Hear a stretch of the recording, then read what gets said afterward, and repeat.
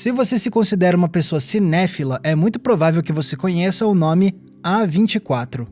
De forma surpreendente, essa distribuidora e produtora de filmes ganhou muita proeminência ao longo dos últimos 10 anos. E hoje a A24 é tida como uma das companhias mais importantes da indústria americana de filmes. Isso se deu principalmente pelo fato deles terem lançado dezenas de longas aclamados de diferentes gêneros. Moonlight, Ex Machina, Hereditário, Midsommar, A Bruxa, Sombras da Vida, Joias Brutas, Lady Bird, Minari. Esses são apenas alguns dos títulos do catálogo da A24 ao longo da última década. E por mais que eles já estejam em cena há tanto tempo, eu ainda fico meio chocado com a reputação que a A24 ganhou.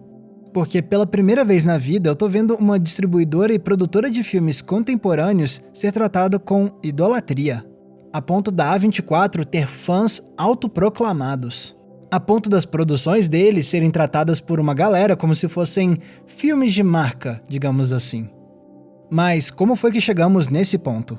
Para entender melhor o sucesso da A24 e o papel dela hoje, vale a pena analisar a história da companhia e as estratégias que ela usou para se tornar uma casa de prestígio do cinema independente.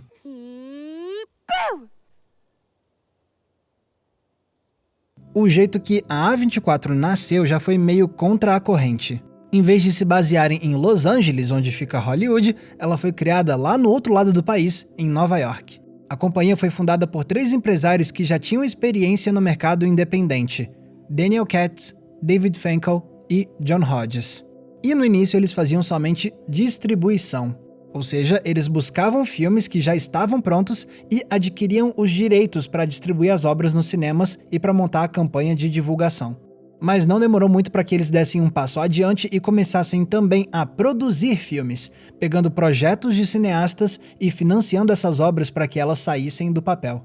Foi assim que nos primeiros anos de existência a A24 distribuiu filmes como Ex Machina, O Quarto de Jack, A Bruxa, O Lagosta, e quando eles passaram a ser também uma produtora, eles lançaram Moonlight. Sim, o primeiro longa que eles produziram já foi de cara vencer o Oscar de melhor filme no ano seguinte. Uma vitória que só chamou ainda mais atenção para essa companhia iniciante de Nova York.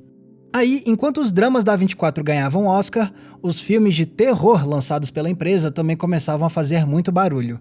Algo que só aumentou depois que o jornalista Steve Rose inventou um termo em 2017 que, até hoje, causa polêmica: pós-terror.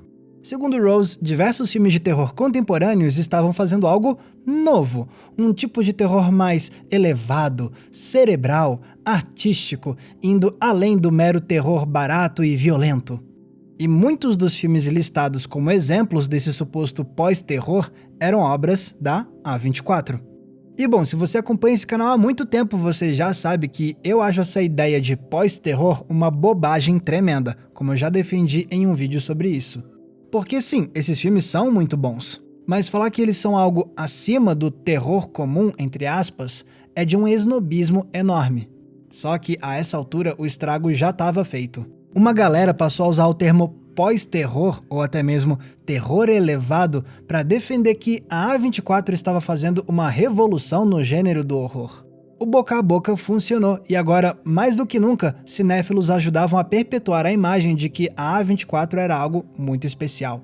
E por mais que eu não ache que o trabalho da A24 com o terror possa ser classificado necessariamente como revolucionário, eu fico feliz sim que eles tenham dado muita atenção para esse gênero. Seria fácil uma produtora torcer o nariz pro terror e preferir ficar só nos dramas de prestígio, como Moonlight. Mas a A24 soube enxergar no gênero um potencial enorme para crescer. E assim, eles lançaram alguns dos títulos mais impressionantes dos últimos anos, além, é claro, de alavancar a carreira de novos nomes que agora já são muito aclamados, como Ari Aster e Robert Eggers. E quanto mais filmes a A24 lançava, mais prestígio ela ganhava.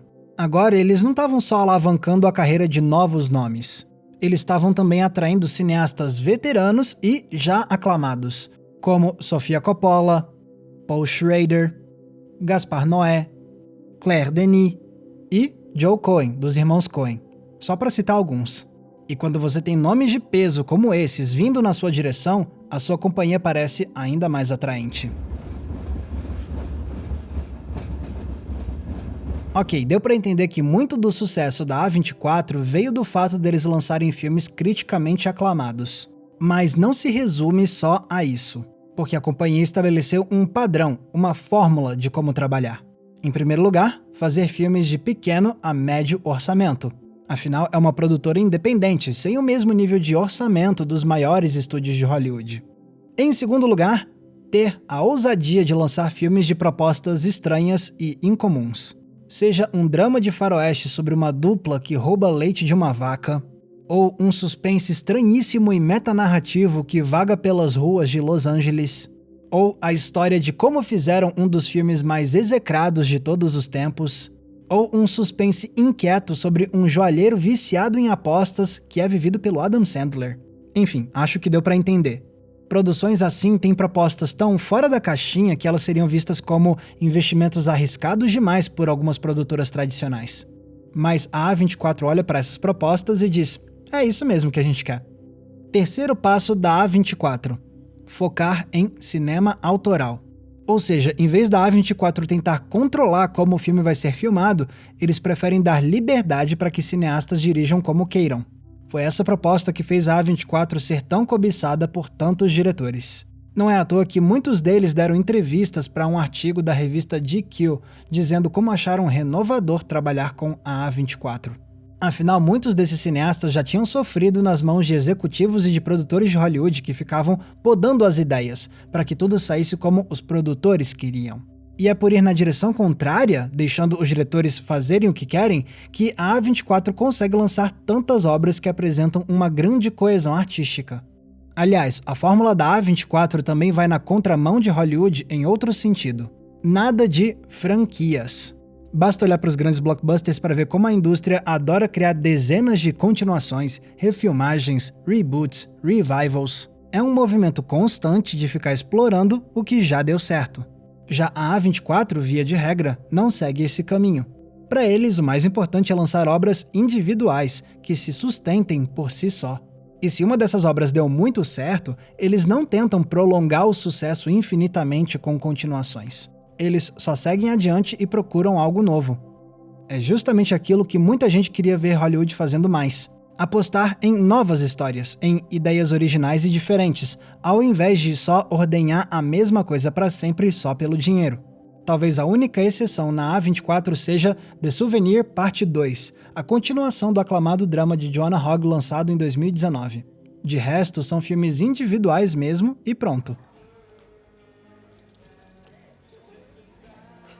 Mas uma das estratégias mais importantes da A24 é como eles lidam com o marketing deles. Ao invés de apostar em formatos mais tradicionais de publicidade, a distribuidora dedica quase todo o seu orçamento de marketing para divulgação na internet.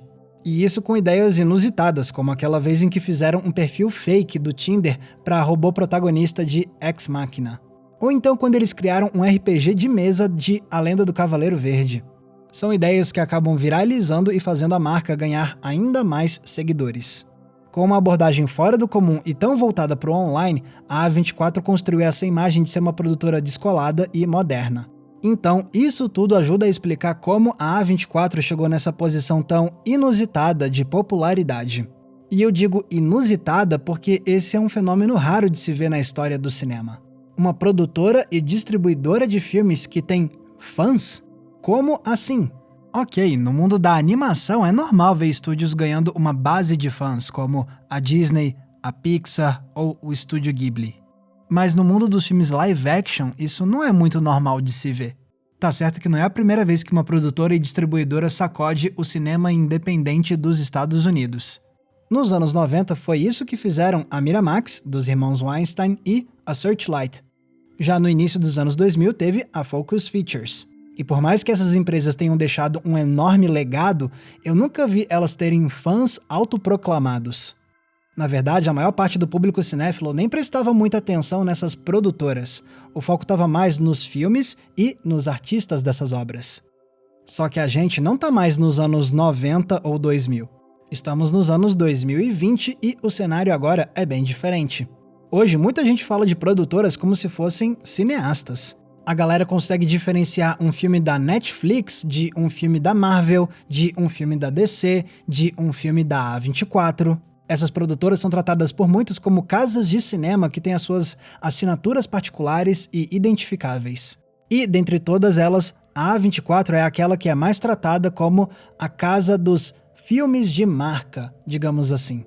Como se Netflix, Marvel e DC representassem a produção em larga escala industrial, mais preocupadas em quantidade e em lucro. O equivalente a redes de fast food ou de lojas de departamento. Já a A24 é tratada como o oposto disso tudo. A marca que faz algo mais seleto e de maior qualidade. Como aquela hamburgueria artesanal lá do bairro badalado ou a marca de roupa super hypada pela galera na internet. É por isso que a A24 é vista por muitos como um refúgio para quem quer algo mais alternativo, para quem quer fugir dos enlatados hollywoodianos. Para uma galera, ser fã da A24 é ser fã de arte de verdade, entre aspas. Por isso, se declarar fã da A24 virou também uma questão de autoafirmação, para mostrar para o mundo qual é a qualidade do seu gosto. E olha, não tem nada de inerentemente errado nisso, viu? Desde que você não use isso para ser um cinéfilo com um complexo de superioridade, tá tudo bem.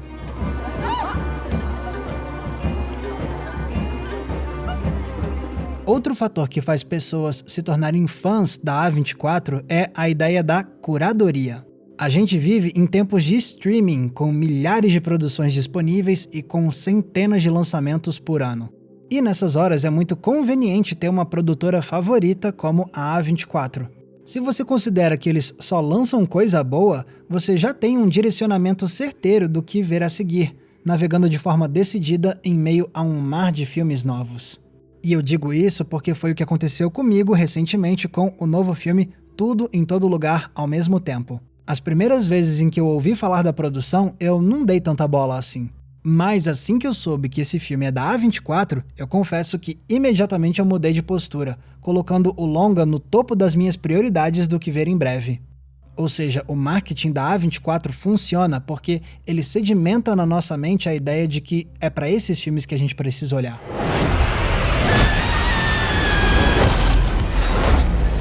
Deu para perceber então que o sucesso da A24 não se deve somente aos filmes aclamados que eles lançaram.